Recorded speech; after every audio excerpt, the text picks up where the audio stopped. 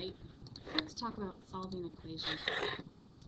That phrase, solving equations, means you're just finding what value for x will make this equation 2. So what number can x be so that if you subtract 5, you get 9?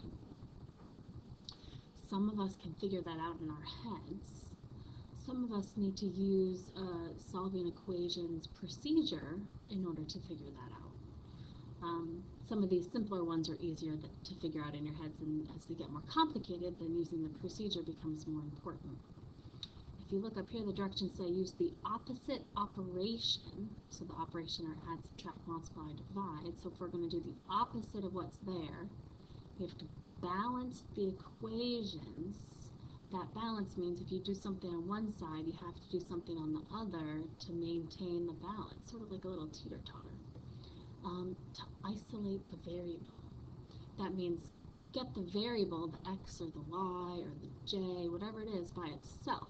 That way you know you've completed solving.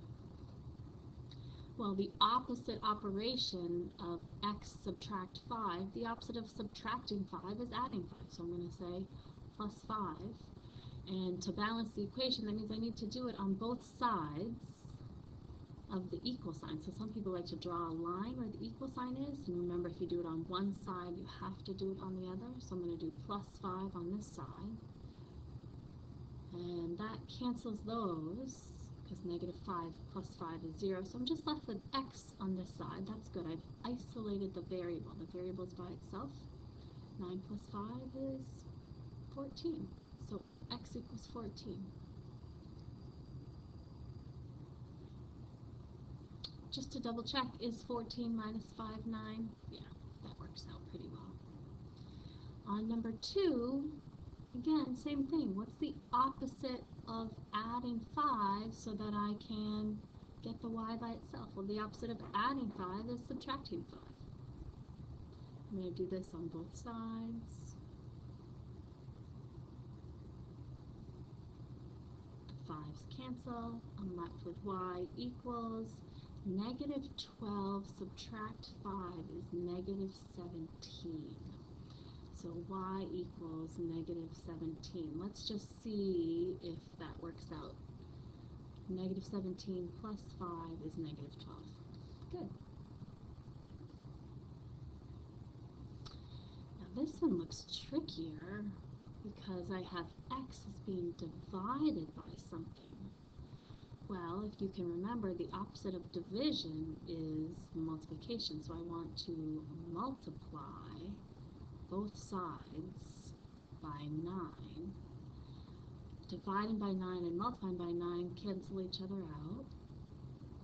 So I'm just left with x on this side. And negative 3 times 9 is negative 27. So if I just double check, is negative 27 divided by 9, that's negative 3. Yeah, so that works. On this one, the negative 4 and the r are being multiplied. The opposite of multiplication is division, so I'm going to divide by negative 4. The 4 is canceled, so r is equal to negative 24 divided by negative 4 is positive 6. This one is multiplying again, but the variable's on the right-hand side versus the left-hand side.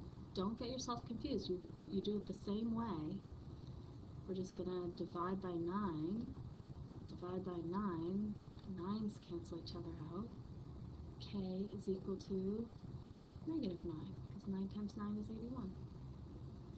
So, using opposite operations, the opposite of addition is subtraction.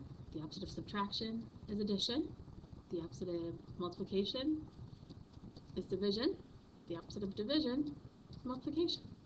Okay, so whatever you're starting with, do the opposite thing. Just make sure you do it on both sides of the equal sign. Here we have two-step equations because there's going to be two operations that we have to do to isolate the variable, to get the x by itself or to get the y by itself down here. In this case, you're always going to do any addition or subtraction first, and then you're going to do any multiplication or division. Okay? So the opposite of adding 5 is subtracting 5. So I'm going to do that on both sides.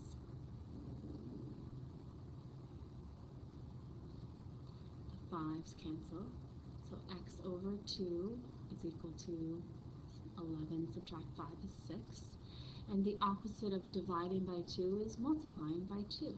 So I'm going to multiply by 2 on both sides. The 2's cancel. So x is equal to 12. Now just to double check our answer, okay, 12 divided by 2 is 6, plus 5 is 11. So check, yeah, that works. Here, looks like the 4 and the y are multiplying, and then I'm subtracting 4. Well, we said we're going to do addition or subtraction first, so I'm going to add 4 to both sides. Oops, 4. Add 4. The 4's cancel. I'm left with 4y on the left-hand side. 16 plus 4 is 20. Divide by 4 to get the y by itself. Y is equal to 5. Plug it into check. 4 times 5 is 20. Subtract 4 is 16. So that works too. Sometimes, in order to solve, we need to combine like terms first. That means that we're going to combine variables with variables that are matching, or numbers with numbers. So here it looks like 8y plus 3y, they're right together on the same side of the equal sign. I could just add them. That's just going to become 11y is equal to 44.